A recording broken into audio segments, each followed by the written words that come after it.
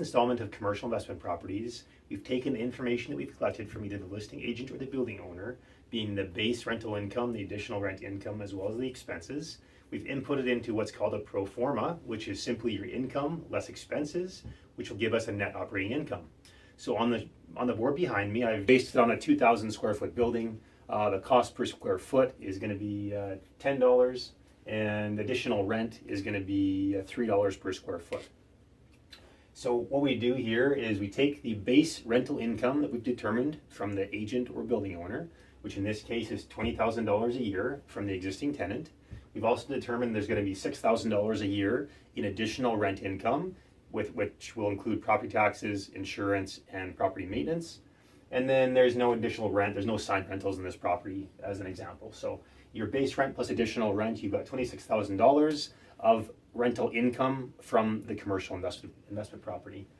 Next up, we've got property taxes, insurance, maintenance. So these three, because this is a triple net lease, these three items are gonna actually add up to your additional rent. If it's not a triple net lease, these items won't add up to the additional rent you bring in. Condo fees in this case, there is no condo fees. It's a small standalone building, we'll call it. Contingencies are vacancy and repairs and maintenance. We've used vacancy rate here of 10%, repairs and maintenance of 5%. So what you do is you take your, we'll take the base rental income, multiply it by your vacancy, which in this case we use 10%, repairs and maintenance of 5%, which give us $2,000 contingency for vacancy, and repairs and maintenance $1,000. This is really going to vary. It's going to depend on the term of the lease the tenant currently occupies the space has. If it's a quality AAA tenant, like a franchise, corporately owned, you're not going to have as much of a contingency in here, as it's going to be a long-term commitment, and the chances of your tenant leaving the space are much, much lower. If it's a single mom and pop shop, the chances of possible vacancy, depending on the industry, is going to be higher. So plan accordingly to that. And then so what we have now is our income of total $26,000 less your expenses, which add up to the additional rent. They just kind of offset, so that's almost a net zero. And then what happens is we're left with $20,000 after you pay for those.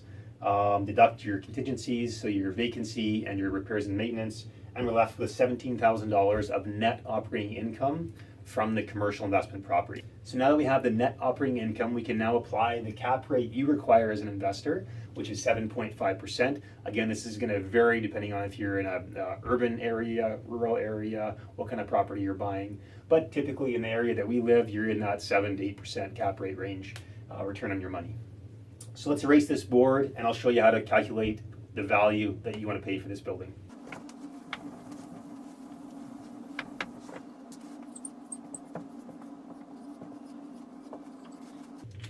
There we have it. So we've got a net operating income of $17,000. Now let's apply the 7.5% cap rate to the $17,000 of net operating income and figure out what you should be paying for this building based on your required return.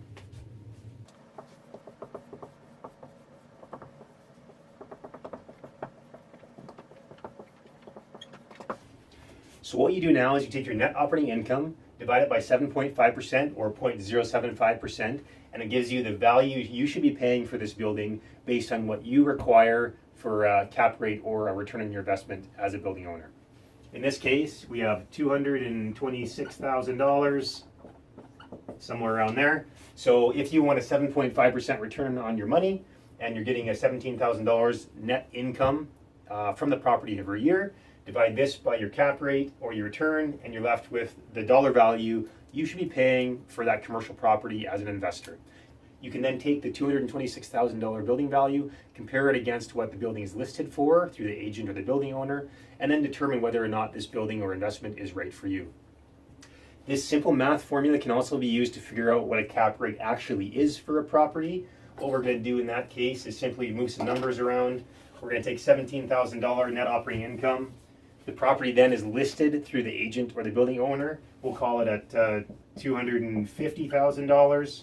So now that we've adjusted this formula, we take the $17,000 of net operating income, we divide that number by $250,000, which is the asking price they're asking for the commercial investment property, and then we get a cap rate of 6.8%.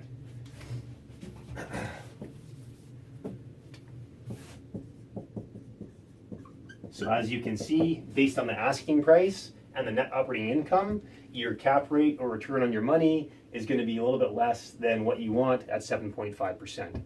You can either try to negotiate the price down, obviously, or you can look at possible rate increases for your base lease income from the tenant. Okay, so there's the second installment of Commercial Investment Properties. Thanks for taking the time to watch. Please subscribe to our channel below, and I hope you enjoyed the video.